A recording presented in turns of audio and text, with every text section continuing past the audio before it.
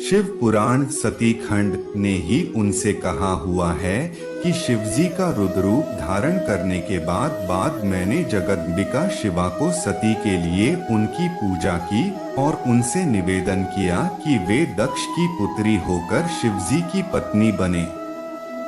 पहले तो शिवा ने मुझे दुत्कारा, लेकिन बाद में मेरी तपस्या के गौरव के कारण मेरी बात स्वीकार कर ली।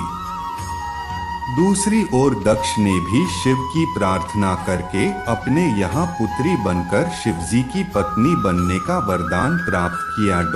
दक्ष प्रजापति मानसी दृष्टि से भी प्रजा की वृद्धि न होते देखकर मेरे पास आए। मेरी आज्ञा से दक्ष ने अश्विनी से विवाह करके मैथुन द्वारा हर्याश्व नाम से समान धर्मशील और गुण वाले 10,000 बालक प्राप्त किए।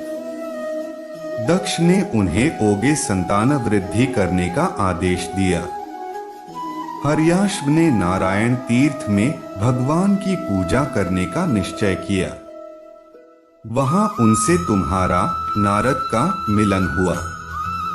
तुमने ही उन्हें ब्रह्मा प्राप्ति का सच्चा सुख बताया और ज्ञान का उपदेश दिया। इसके बाद वह प्रजा की उत्पत्ति के दायित्व से मुक्त हो गए।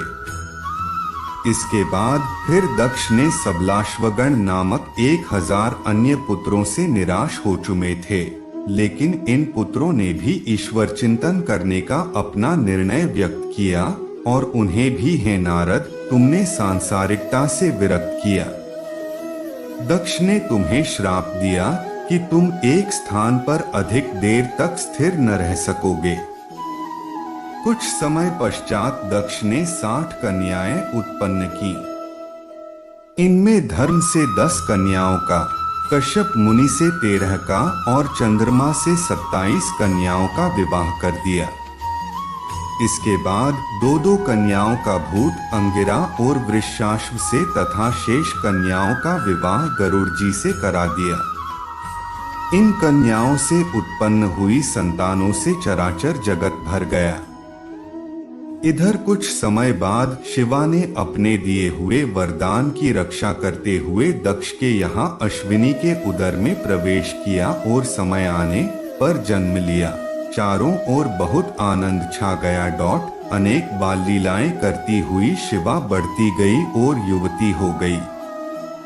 उसे युवती हुआ देखकर दक्ष इस बात की चिंता करने लगे कि किस प्रकार शिवजी का विवाह शिवा से हो। शिवा ने अपने पिता की आज्ञा से और माता की अनुमति लेकर भगवान शिव को पति रूप पाने के लिए अपने घर में ही नंदाव्रत किया। शिवा शिवजी के ध्यान में तन्मय हो तप करने लगी। उसके इस तप से ब्रह्मादि देवता बहुत प्रसन्न हुए और उन्होंने कैलाश पर्वत पर आकर लोकलोकेश्वर भगवान महादेव को श्रद्धापूर्वक नमस्कार किया और उनका आराधन किया। शिवजी ने देवताओं से आने का कारण पूछा। मैंने सबसे पहले शिवजी के समक्ष निवेदन किया, भगवान, आपकी सहायता के बिना मैं सृष्टि रचना का कार्य संपन्न नहीं कर सकता। जब तक आप राक्षसों का संहार नहीं करेंगे और जब तक उनके उत्पातों का क्षरण नहीं होगा, तब तक नई सृष्टि के लिए कैसे अवकाश मिलेगा।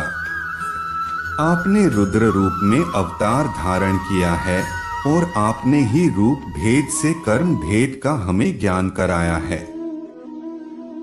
आपने ही बताया है कि मैं सृष्टि करता हूँ, विष्णु पालक हैं और आप रुद्र रूप में संहरता हैं।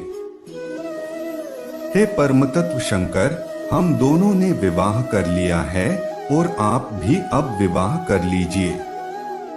यही हम सबका निवेदन है। विष्णु जी ने मेरा समर्थन किया और शिवजी को प्रसन्न किया। इस पर भी शिवजी बोले कि मुझे योग में ही आनंद आता है, किंतु मैं आप लोगों की इच्छा का भी आदर करना चाहता हूँ। क्या आप लोगों की दृष्टि में कोई ऐसी कन्या है जो मेरे तेज को सहन कर सके और मेरे समान ही योगिनी हो सके। यह सुनकर मैंने शिवजी के सामने उमा के घोर तप और उसकी योग्यता का वर्णन किया। शिवजी ने हमारा अनुरोध स्वीकार कर लिया और हम प्रसन्न हो गए। तब शिवजी ने मुझे दूत के रूप में दक्ष के पास कन्या मांगने के लिए भेजा। दक्ष ने मेरा प्रस्ताव मांग लिया। दक्ष की स्वीकारोक्ति की सूचना मैंने शिवजी को दी। इसके बाद शिवजी ने मेरे अनुरोध पर शुभ मुहूर्त निकलवाकर विष्णु तथा मेरे अनेक पुत्रों को और अपने गणों को आमंत्रित किया।